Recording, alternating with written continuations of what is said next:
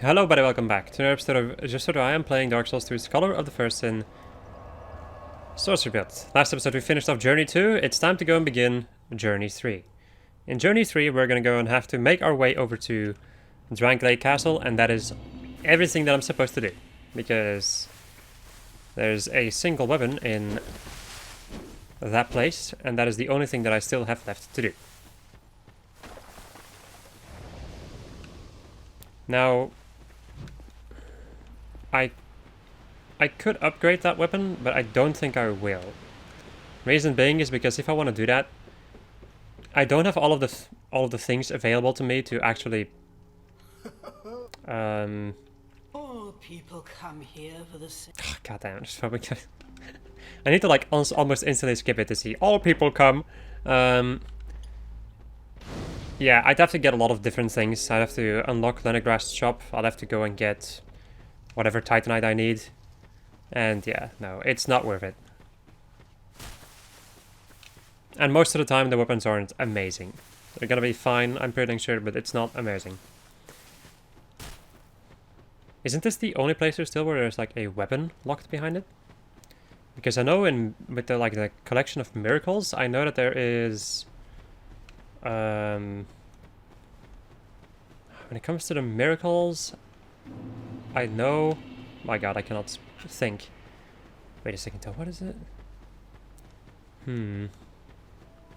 Right, with the miracles, there are two miracles, I think, that are locked behind New Game Plus 2, or, you know, the Blue Sentinels, but hell to the no, and then no.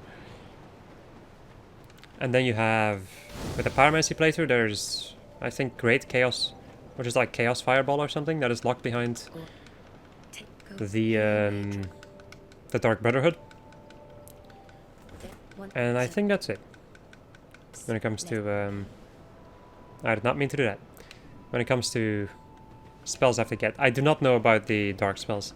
I don't think that there is a dark spell that is locked behind No Game Plus 2. Or behind some kind of a covenant, because the only dark covenant you have is the Abyss Covenant. And, yeah. You can just finish this by doing normal things in the game, by fighting a Dark Lurker, which is not really too big of an issue. Well, it's not easy, sure, but it's possible, as opposed to the insane requirements of the Covenants. I thought, like, even in Dark Souls 3, when I needed to grind for 30 of those Covenant tokens of whatever kind, that was already grueling enough, but this is insane. I think it's like 500 kills or something? And very specific kills also, because to get the points in the Dark Brotherhood, you actually have to kill a Blue Sentinel. And when it comes to the Blue Sentinels, you actually have to kill an invader. I'm pretty sure. Or like, kill an invader while being called up for duty, which rarely happens. Even in Dark Souls 3, it does not happen that much.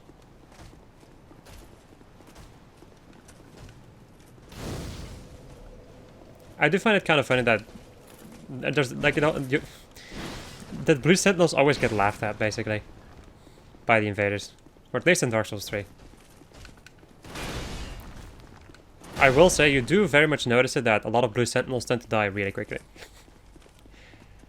in some kind of a magical way. It's probably because they're not really optimized for PvP. Right, we're running past everything because everything sucks. I ain't got no time for this shit. Right. Let us go through the gate. Nice.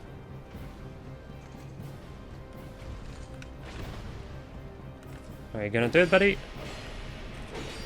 Last time you did, but not this time. That's unfortunate. Ah well. They should still work that.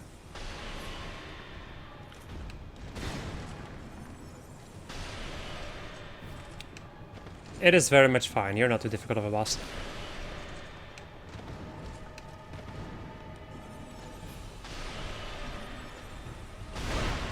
He says as he, you know, gets hit and wasn't really too close from the edge. Like, too far away from the edge. That would have been kind of funny to see. If I fell off. Right. Time to hide behind my shield because I'm almost dead.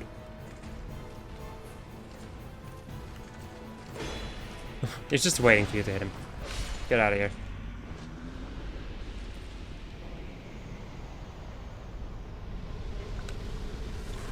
That is the wrong place to go.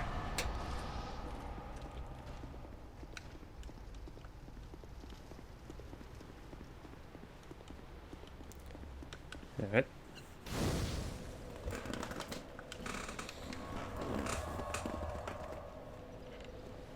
Let's go ahead and talk to a miracle lady. My but No, no. the I do and I without to so known the gods.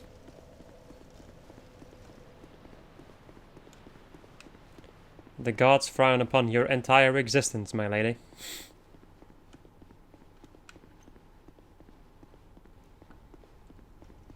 Don't show off, scammers. I sure as hell does. I sure as hell does. Wow. Jesus. What is wrong with me? I sure as hell do. Yeah, for some kind of a reason. It's just... Why am I even trying to... to explain myself? Really, though. I'm just doing the Game Plus stuff. I don't know what to talk about anymore. I'm just running through the same game again. Yay. Oh well, at least we're almost there. We're not too far away. I was thinking about maybe speeding this up though, for the rest. Maybe. Because you've already seen me run through most of this stuff. So I think I'm gonna do that. Future me, you can start speeding up. I'm just gonna be quiet and play the game until I'm done.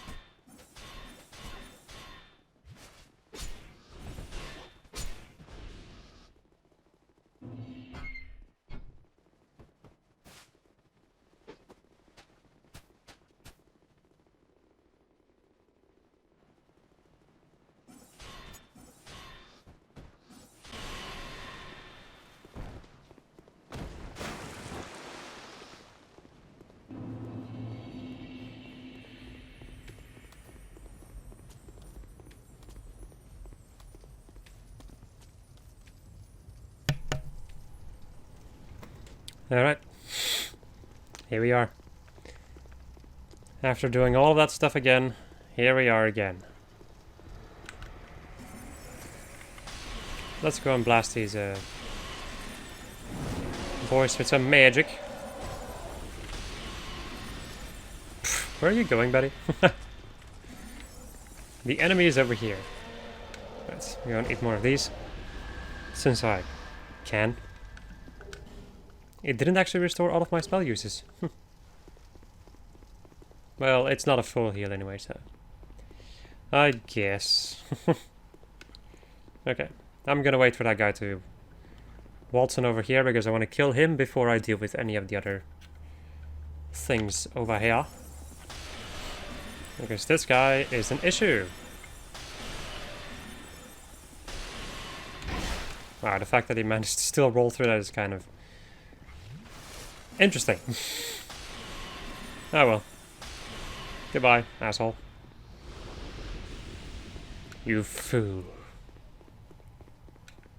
Right, we have that dude over here. Go and kill him. So we can activate the first thing. Now we have me and the boys coming in. Coming in hot. 5 of them? Jesus.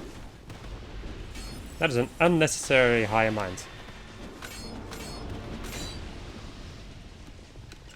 Did it work? Oh yeah, nice.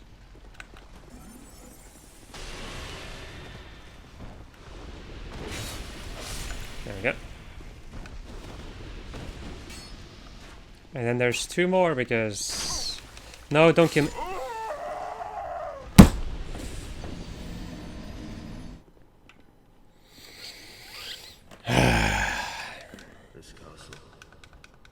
Hello. I was hoping I could end this off on a more positive note, but the game decided to give me the middle finger straight in the eye, so yeah. Fuck it. I don't give a shit. Give me this stupid weapon. Crescent Sickle.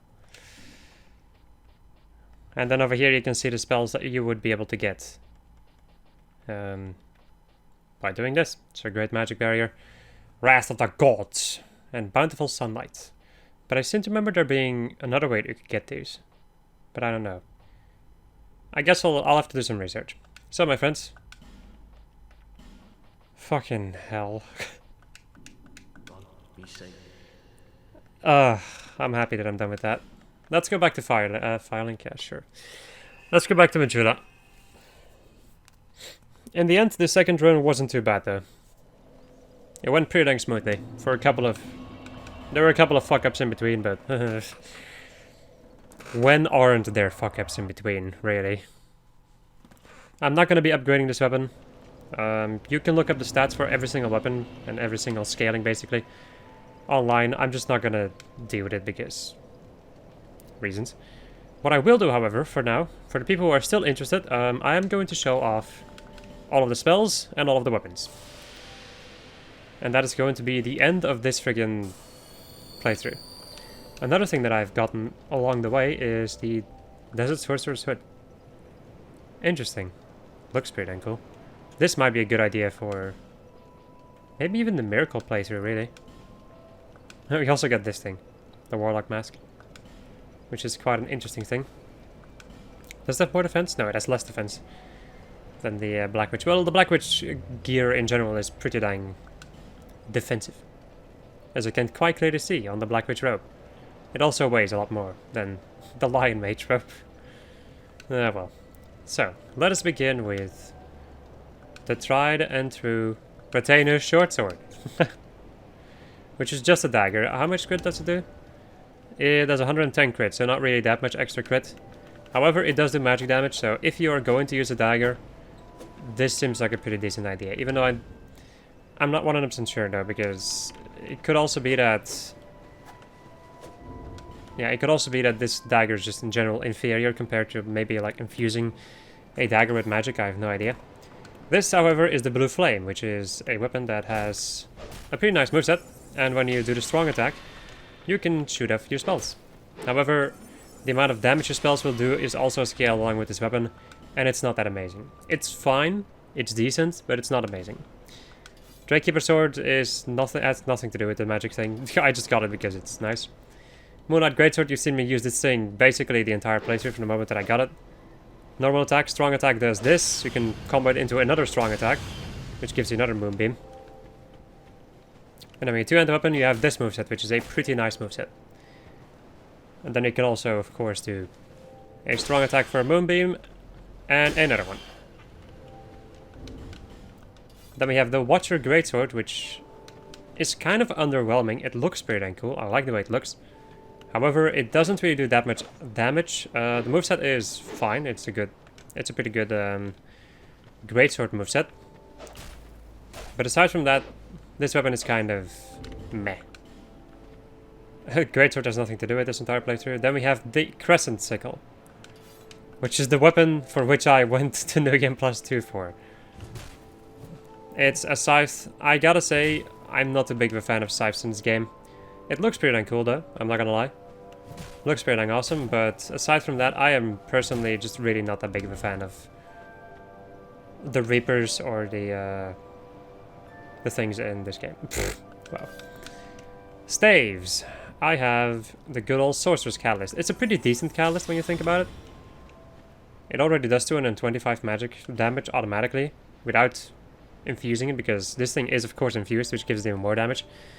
Then we have the Staff of Amana, which is an even better version of the staff, more focused towards intelligence as opposed to dark, while the Sorcerer's Catalyst kind of gives you both. Also, the casting speed on the Sorcerer's Staff is pretty freaking good. It has 135 casting speed, which makes it so that you can cast your spells pretty freaking quickly. Then we have the Lizard Staff, which is kind of inferior to most of the stuff that I have. However, it does have a pretty nice S-scaling in magic, which is pretty freaking good. Aside from that, it also just looks cool because there's a lizard on my staff. There's a lizard on my staff. Then we have the Archdrake Staff, which is one that is kind of more catered towards dark, which I didn't even notice. That's interesting. Okay. Well, whatever. It doesn't really matter too much. It's a tiny little staff. It casted spells a little bit faster than the other ones. Then we have the Magic Staff, or just the Staff of Wisdom, which is the staff that I've been using for most of the playthrough. The casting speed is not amazing, but it has a hell of a lot of scaling, and infusing it with a magic stone or with a faith stone is going to give you even more. Azal's Staff. Oh my god. How did I never notice this? Excuse me?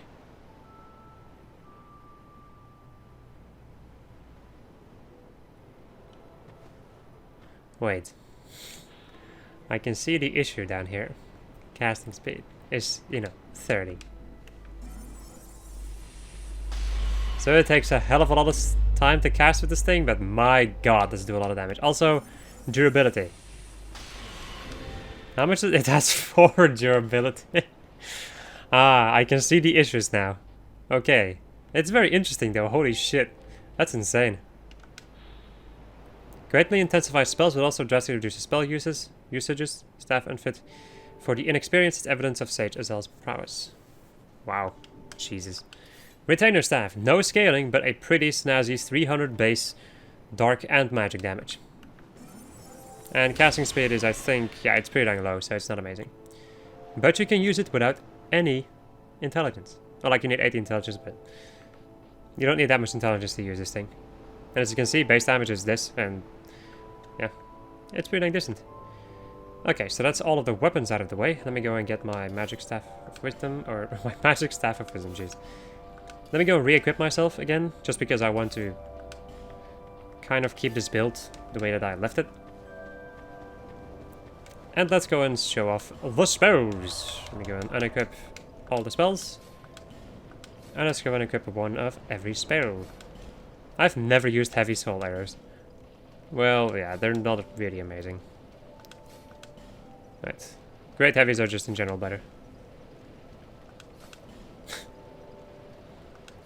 I'm quite surprised at how many achievement slots I eventually got, because I really didn't think I was going to get this many.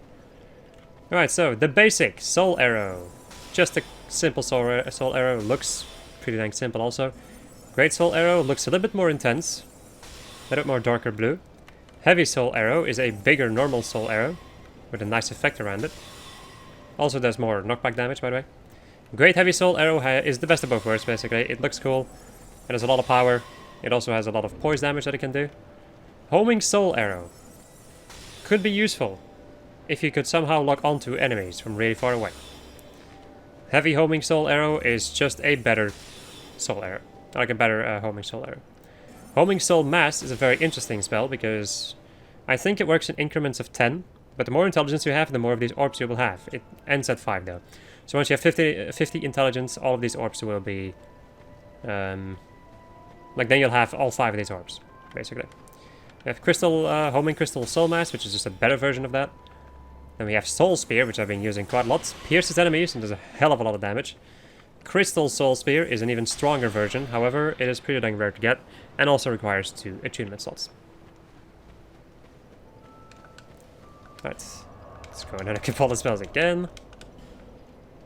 And here come the more quirky spells, I think, of Dark Souls 2. Because all the spells we've seen up until this point... Well, I guess not homing, but... A lot of these spells were in Dark Souls 1. Alright. Excuse me for a moment. While I do all of this stuff. I also very much feel like some of these spells really were... Like, they could have been so much better, I think. Right. Shockwave. Use it against an enemy and you knock him on the floor. And that's all it does. Soul Spear Barrage is an interesting spell, but it's difficult to use. Because you basically leave yourself open to get hit. Then we have Soul Shower, which is a really cool spell, but in my opinion it doesn't last enough to actually be worth it. Soul Greatsword. I think Soul Greatsword is a pretty dang decent thing, but once again you leave yourself open quite a lot with a lot of these spells. Soul Vortex. This is a pretty nice one. Does a pretty sizable amount of damage to a lot of enemies. It pierces enemies and all that jazz.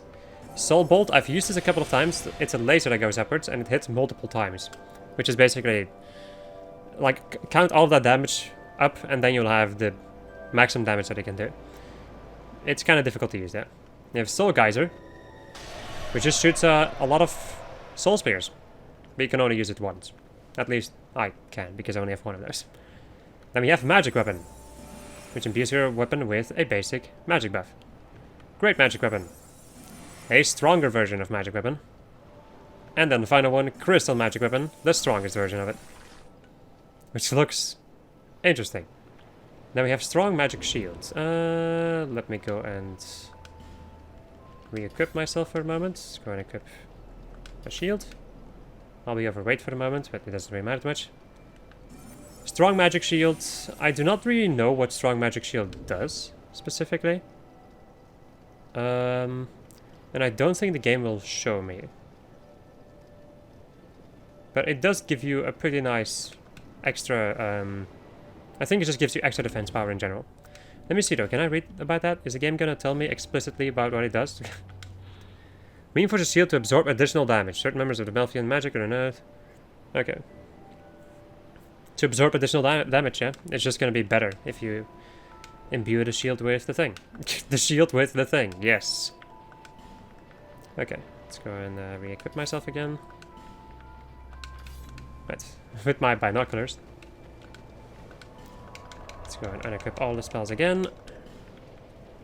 And let's go and take a look at the final couple of spells.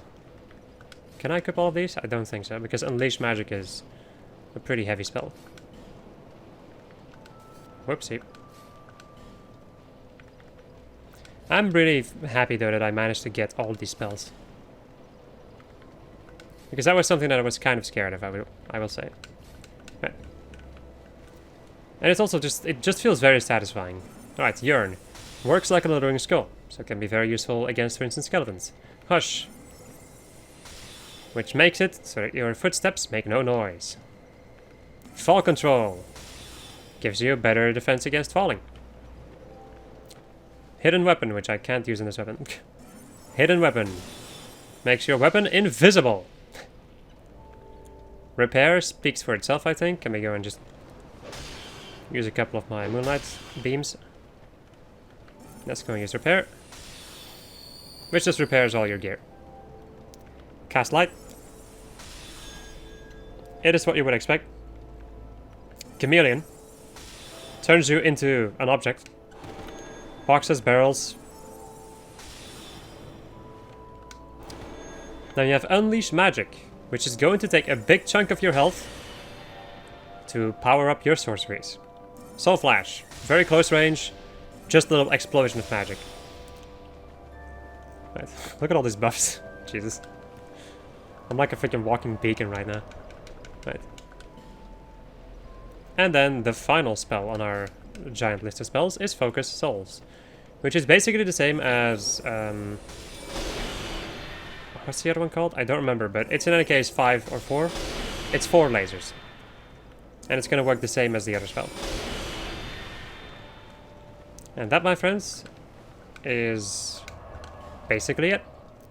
Let me go and equip all of my soul spears for a moment. There we go. Let's then go and equip the great heavies. And then a couple more great soul arrows. Okay, my friends, so I hope you enjoyed this maddening freaking playthrough of Just Fred while I was playing Dark Souls 2's Scholar of the First in Sorcery build. I'm happy that I'm done. It was also very interesting though. If I want to give my thought, like if I can give my thoughts regarding, you know, sorcery in this game. Sorcery is pretty dang useful, but I have a tendency to kind of forget how to use spells. So the one thing that is, I guess, just one of the more important things to remember when you're a spellcaster is that you can attack at range. And it requires an entirely different mindset. It also requires you to bait out certain attacks, and it just requires me personally to play so much differently than I usually do against a lot of enemies in this game. So I still enjoyed it though. I will say, like, even though it may not have sounded like it at some points, because I was kind of annoyed a lot of times, but that's just because I just get annoyed with Dark Souls sometimes. It's just a thing. It's not an easy game. It fucks you over in a lot of different ways, especially this game. So, meh. I still managed to enjoy that. I really enjoyed the Moonlight Greatsword. This freaking thing is amazing. It looks amazing and is absolutely amazing. Aside from that, using different spells was also very interesting. But I feel like all the special spells, which I was kind of looking forward to using, were not that useful. The thing is, you don't have a lot of casts of certain, like, really powerful spells, which makes a lot of sense that you wouldn't have a lot of casts of those. But it also just makes it not worth it, really. Because then you're like, okay, I have this really cool spell that is kind of difficult to aim. Let's go and cast it. Oh, well, it's gone. I missed, and yeah, the enemy still lives. And I'm like, that's not good. Oh well. The tried and true soul spears and soul arrows can definitely get you through the game. So my friends, hope you enjoyed it. And if you are still interested in more of my Dark Souls adventures, next time that I'm going to be playing, it is going to be time for Miracles, which is a build I have already done once before. But yeah, we'll just have to see how that goes. Goodbye.